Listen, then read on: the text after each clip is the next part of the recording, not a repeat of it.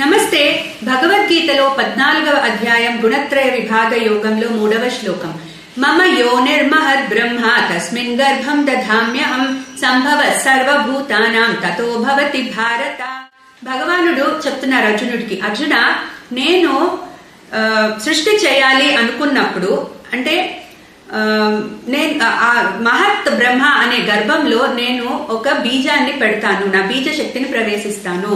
అక్కడి నుంచి మొత్తం సృష్టి ప్రారంభమయ్యి సంభవ సర్వభూతానాం తతో భవతి భారత. సో అర్జున, ఈ విధంగా నేను మహత్ బ్రహ్మ అనే నా యొక్క గర్భంలో నేను బీజ శక్తిని ప్రవేశిస్తాను, అప్పుడు మొత్తం సృష్టి తయారవుతుంది అని చెప్తున్నారు. సో ఇక్కడ కొంచెం మహత్ అంటే ఏంటంటే, మనం ముందు కూడా చెప్పుకున్నాం, పరబ్రహ్మ అనేది ప్యూర్ కాన్షియస్నెస్. ఆయన ప్యూర్ కాన్షియస్నెస్ అయ్యుండి ఇనర్ట్ అంటే జడమైన ప్రపంచాన్ని చేయలేరు. సో దానికి ఆయనకు ఒక జడమైన మాయ కావాలి ఈ సృష్టి చేయాలంటే.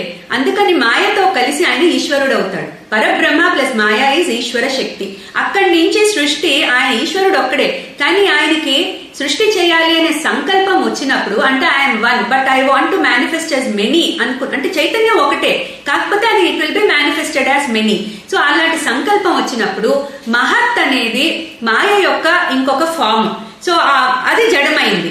దానికి ఆ మాయకి ఈయన పరమాత్మ ఆయన యొక్క చైతన్యాన్ని సీడ్ లాగా ప్రవేశిస్తారు. ఆ జడమైంది ఎప్పుడైతే స్వామి యొక్క చైతన్యం దాని మీద పడుతుందో అప్పుడు అది యాక్టివేట్ అయ్యి ఫస్ట్ ఫామ్ హిరణ్య గర్భుడి ఫామ్ మనకి మేనిఫెస్టెడ్ ఫామ్ వస్తుంది. అంటే అది సూక్ష్మమైన ఫామ్, అది కూడా అవ్యక్తమైనదే.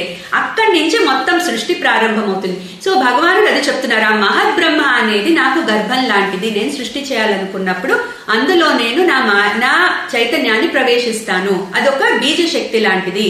అక్కడి నుంచి అన్ని భూతాలు కూడా వస్తాయి, సంభవిస్తాయి అర్జున అని చెప్తున్నారు ఈ శ్లోకంలో. క్లీన్ కృష్ణాయ నమః.